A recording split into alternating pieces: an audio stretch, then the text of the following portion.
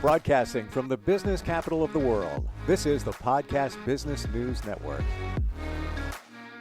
And welcome back, everybody. You know that you should be eating right. It was, I believe, Socrates who said that food is medicine. And we've heard it for many years about nutrition. We're going to dig deeper into that today, and especially with the eye on seniors. And that's on her radar. She's the founder of the Center for Ageless Living in New Mexico. And they put an eye on nutrition very heavily. In fact, so much, in fact, that they even have their own gardens there. Looking forward to learning more from Suzette Lindemuth, who joins us today on the program. How you doing? I'm great. Thanks for having me. It is spring. You've been in the garden. What's going on out there? I have been. Well, things are growing. We've had an early spring here, which I'm sure everybody across the country is experiencing some strange weather, as we know. And we know that it's going to get a little bit cold here too. So we're a little hesitant to start putting too much into the gardens, but now is the time to start, planning and planting and getting your soils ready. And we do believe that eating is extremely important to aging well. And we focus a lot of that at the Center for Ageless Living with our gardens. In the past, we've had certified organic gardens. Prior to COVID, we couldn't continue that during the COVID. And of course, gardening is a lot of work, and it takes energy and it takes a commitment. And now we've scaled down so that we can manage our gardens a little bit more appropriately with the resources we have. But we also have our own orchards, and so we have fruit trees. We have 2 almond trees that produce almonds every 3 years. And we recycle all of our water and our own treatment plants, so we're very sustainable. And we have about 365 plants on the campus that we use in various ways, from flowers and roses for decorating and for taking into the homes, as well as all of our fresh herbs that we grow in the gardens for our restaurant and for the food that we serve the seniors. Well, thanks for sharing that. I'm intrigued here. When a garden like that is certified organic, what do you have to go through? I never even pondered that. Well, we used to have a whole 3/4 acre under cultivation with raised beds, and the certification process is a little, like every government program, it's a little tedious, but we recognized that we were already meeting those standards. So it's just a matter of documenting your use of, certified organic seeds that you're using. Obviously, lack of pesticides and herbicides that are creating a disruption to our planet. Those things are banned through the certified organic process.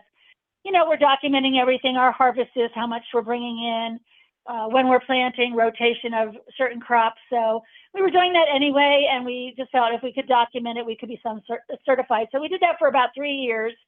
There is a cost involved to do that, and then at some point we just felt we just couldn't meet that standard any longer with the resources we had, and we just continue to use organic practices, but we no longer go through the certification process. Either way, that garden in general, as you describe it, you're not messing around. You take it very seriously. Well, and I do think it has created an environment where our seniors live a little longer than maybe expected.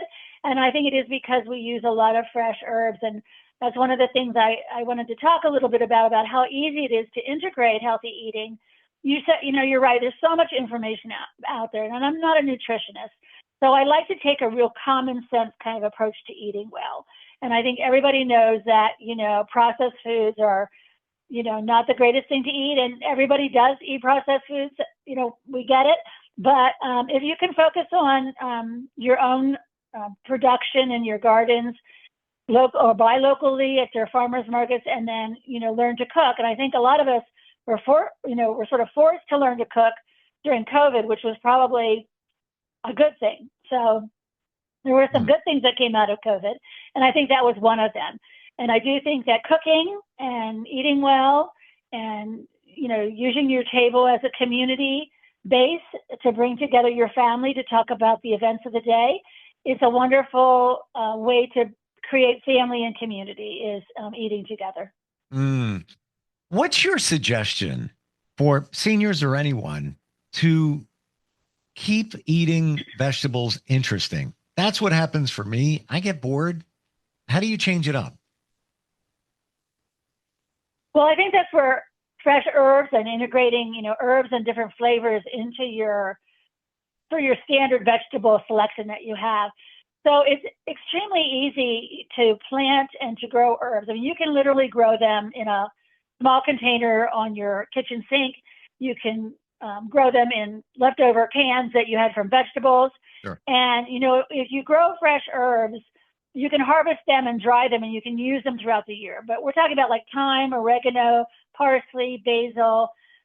You can grow ginger, you can grow turmeric. Those are all herbs that are easily combined into seasonings for vegetables.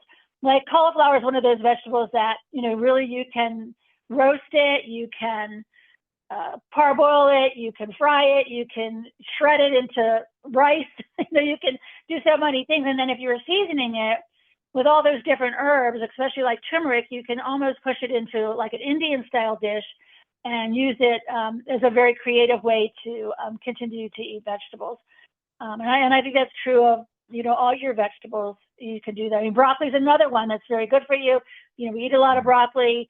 You can season it with all sorts of, garlic and broccoli together is lovely. You can saute garlic. You can roast it. You can do a lot of things with garlic, with broccoli. And so, but I think growing herbs and I think gardening in general is so healthy. We know that people that garden live longer. There's a lot of studies about the blue zones around the world, which are where individuals are living consistently over the age of 100. And most of those environments are eating local produce, but almost all of those environments are also harvesting and growing their own foods. And so there is this connection between growing and gardening. Obviously it takes physical strength. It's a community activity. You're out in nature. So gardening is probably, if there's nothing else that you want to do in your life, it's go out and plant a few things. And I would plant herbs, which you can use in cooking, and it's easily transferred right into your lifestyle. And I think it's been extremely beneficial for us at the center to cook with fresh herbs. We love tarragon, we love garlic, we love rosemary, parsley, thyme. All of those herbs, I think, are incredibly easy to grow and integrate into your cooking. I totally get what you're saying. Once you open the door to the herbs and the seasonings, fabulous. Every morning for breakfast, I like turkey meatballs. Good source of protein, not a lot of fat. Maybe I'll add like a little carb to it, like half English muffin or whatever. Every morning, I have Italian seasoning on it. I put on garlic and game changer. And you mentioned turmeric. That is my new passion. I put turmeric in water. I just love it. I love the flavor, and as I understand, it's actually good for you and has anti-cancer, anti-inflammation properties. Right. Yeah, and almost all the herbs, and then when we look at our medicines, all our medicines come basically from nature and from herbs. And so Sure. You can see how eating just that direct herb is going to improve your health. So you're right. They're anti-inflammatory. They're probiotic. They are just a wonderful source. I don't memorize everything they do because I can Google it and I can read it to you. But You can Google it too. Sure.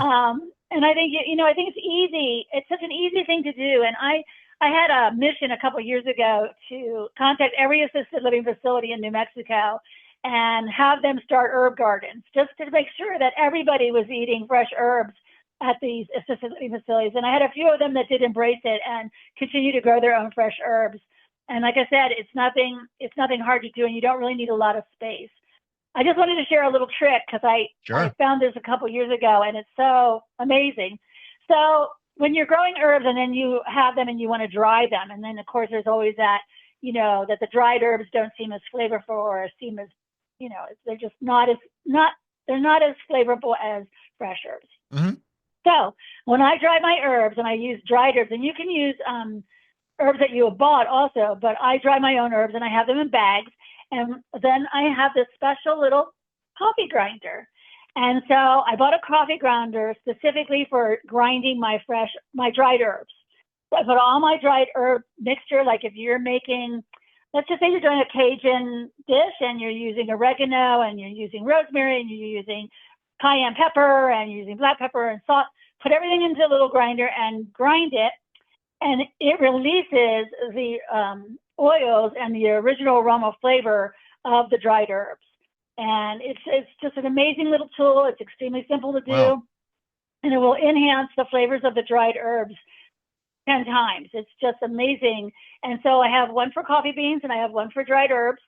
And basil is one of those herbs that when you dry it, it looks horrible. I mean, it gets a funny color and it doesn't really seem to have much smell. And you put it in this little coffee grinder and literally it's like, woo, I wish I could have you guys smell the ground up basil, but and rosemary is the same way. You know, the rosemary leaf is a little coarse and a little hard to digest. And, you know, you can buy ground rosemary, but you can grind it yourself. And the fragrance that comes from pulverizing dried herbs, you'll be shocked. And it's a game changer for cooking. And I think it's a little trick, and I think everybody should get a coffee grinder for herbs. So that's my trick of the day. Oh, I appreciate that. I'm going to stand by. I'm going to ask you for more in a moment, but I want to focus on the grinder. Do you need to add water or anything to the herbs before you grind them? No. Amazing. You put them in dried and it will, you know, it'll pulverize them, and it's so fast and easy. And, you know, you're only talking about, you know, maybe 2 or 3 tablespoons that you're using in a dish. And so it's extremely easy to use. Wow. But it's just, I was shocked at how the difference of using dried herbs. And now I use it whenever I'm using any kind of dried herb, whether or not it's something I've bought or something I've made. So I have because I grow the thyme, the oregano, tarragon, which are sort of what we call the herbes de Provence. I put together all of those together in packets, give them away to friends. And then when I use them, I put them directly into the grinder and pulverize them. And then I have a more refined herbes de Provence. Wow. All right, let's go back out to the garden. Any insight or tips that you can share, be it soil or anything connected to it? Well, I know that, you know, one of the things that happens as we get older, it's a little harder to get up and down off the ground. So I would encourage everybody to think about putting in some kind of raised beds or purchasing raised beds so that you can reach them. And I made a big mistake, and when I put in my raised beds, which I put in many, many years ago, and I made them very wide because I thought, oh, I'll reach in from each side. I can reach 3 feet. So instead of making them 6 feet wide, where you could reach in 3 on each side, they came out to be about a little over 7 feet. So the very middle of the raised beds, I literally can't reach. I have to climb up into the bed to get to the middle of the raised bed. So whatever you do, do not do that. So what I strategized was down the middle of the bed, since I can't reach it, I have now put in bulbs, flowering bulbs. So right now, in the middle of all my raised gardening beds, and I have 3 of them, I have flowers coming up. And so they'll flower and they'll grow all year long. And then on each side of the flowers down the middle of the bed, I'm going to be putting in lettuce and spinach, radishes. I have my garlics already planted, so the garlic's about this tall already. And so, but, you know, right now, you know, early spring crops, peas are going in. We are doing hoop houses here, so we do cover our beds. Hoop houses are really super easy to make. You can get rebar and put rebar across from each other, take a 1-inch PVC pole, bend it over, get a roll of plastic, painter's plastic that you can get at Home Depot or Lowe's, and stretch it over. And they have these little clips that you can buy. They're $1.99, so they're super cheap. And just clip your plastic down on top of the plastic and let the ground warm up for a little bit under the hoop house. And then next week I'm removing the plastic and I'll be planting lettuce and spinach and covering it.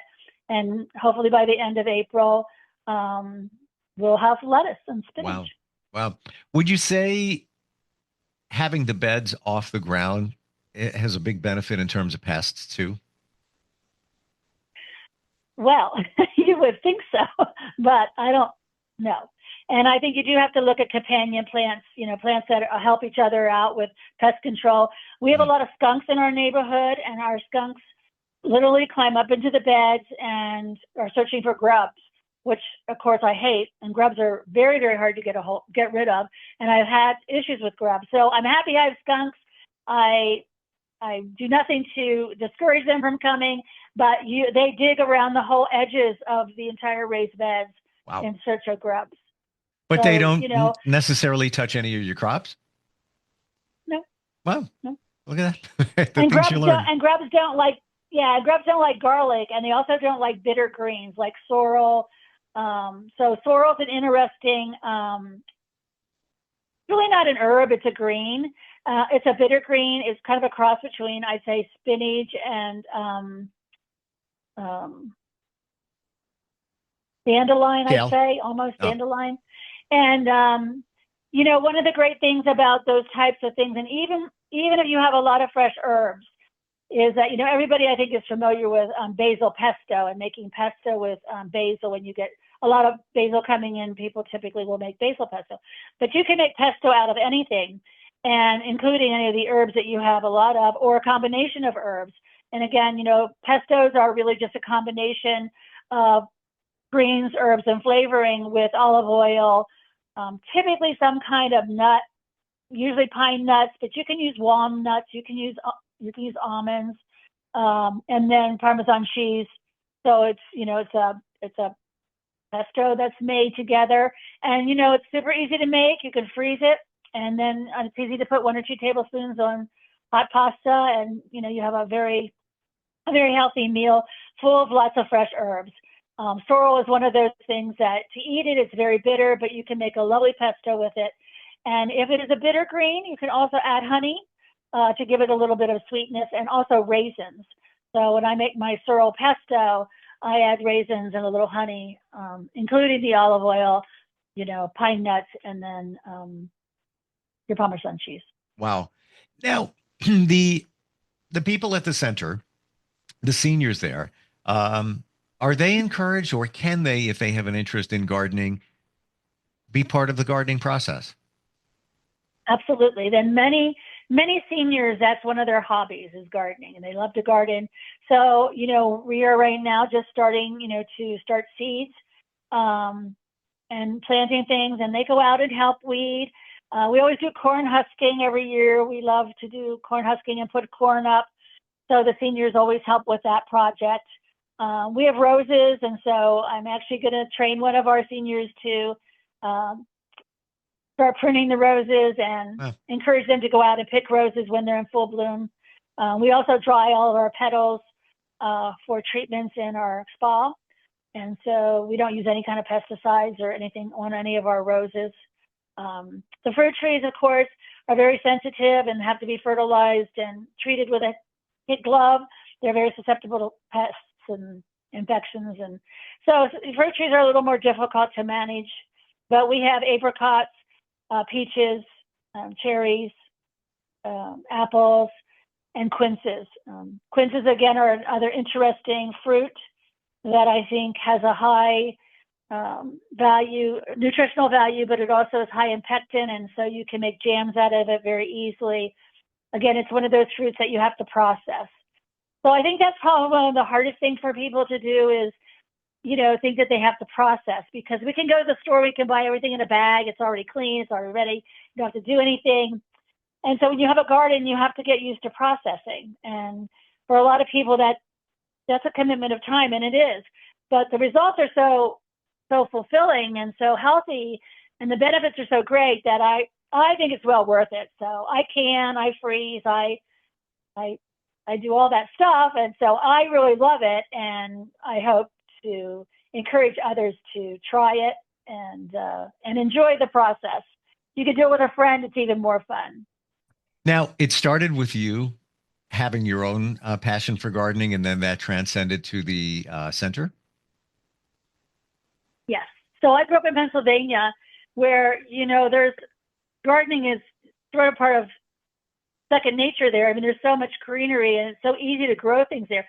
When I came to New Mexico, I was a little shocked because obviously, if you don't water, you're really not going to be able to grow anything. In Pennsylvania, we never really irrigated because of the rain. We have so much rain. And the back east, I mean, that's why we have such beautiful dairies and, farmers markets. And, I grew up in the Amish country, fresh Wow. cheese. And, my favorite is Lebanon bologna, like I just, which I can't get here. So coming to New Mexico was a challenge. And even when I got here, and I moved here in 1984, there weren't even any farmers markets then. We didn't have any. I was shocked. And so, gardening obviously is a challenge here, but it certainly is not impossible.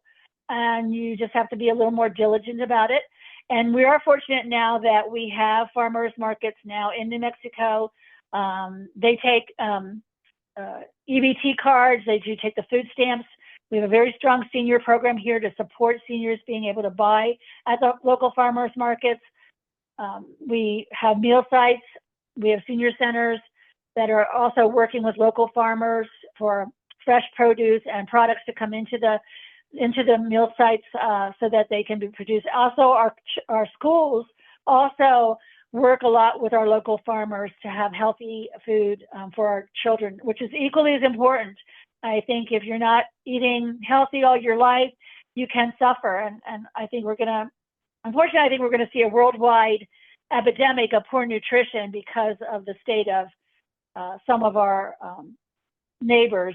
And the unfortunate reality is that, nutrition is a key critical element of healthy living and growing old well. So I'm sad to see that, and I hope we can continue to work hard to support countries that need help. I mean, I think it's important.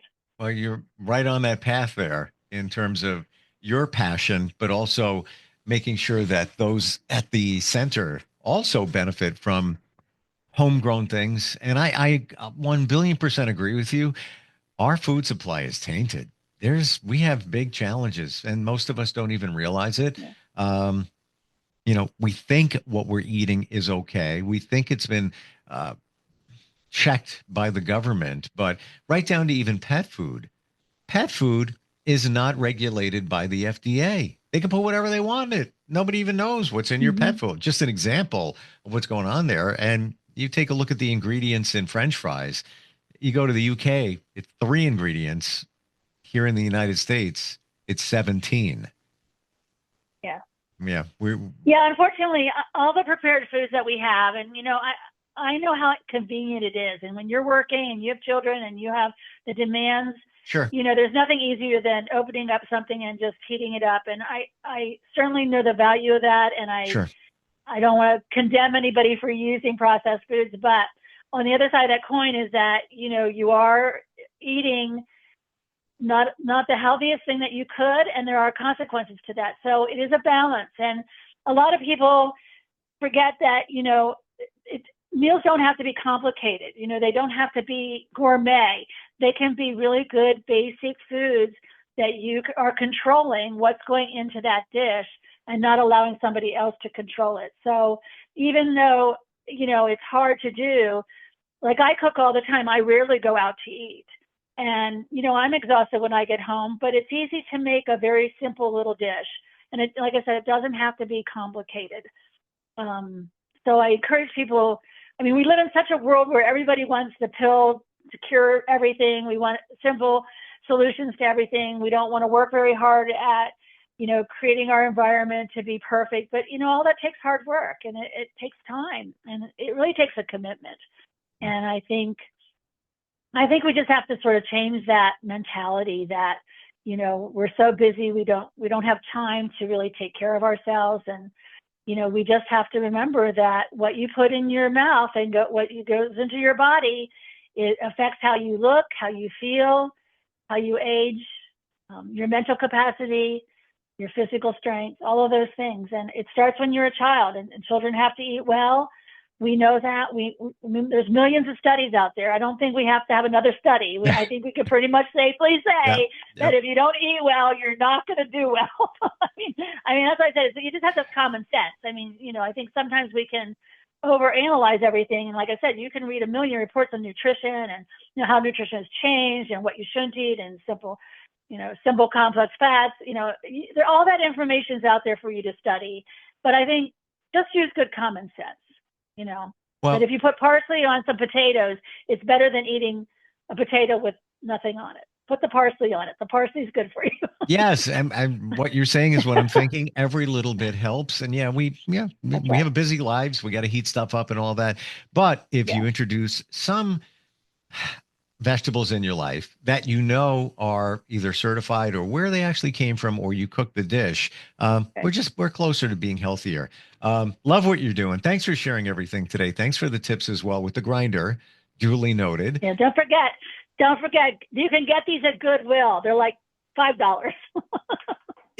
I went to one of those recently and I picked up a bunch of stuff like extension cords and a hard drive for a computer, like $5, $3 here and there. Yeah. And guess what? We're recycling, which is, another. That's exactly right. That. Website for the Center for Ageless Living is NM, as in New Mexico, agelessliving.com. Do I have that right? That's correct. And you could also email me, Suzette at nmagelessliving.com, and start gardening. Get out there. Love it. Get Thank you so much. dirty. Really appreciate it. We'll catch up next time, Suzette. Okay. Thanks. We'll be right back. Bye-bye.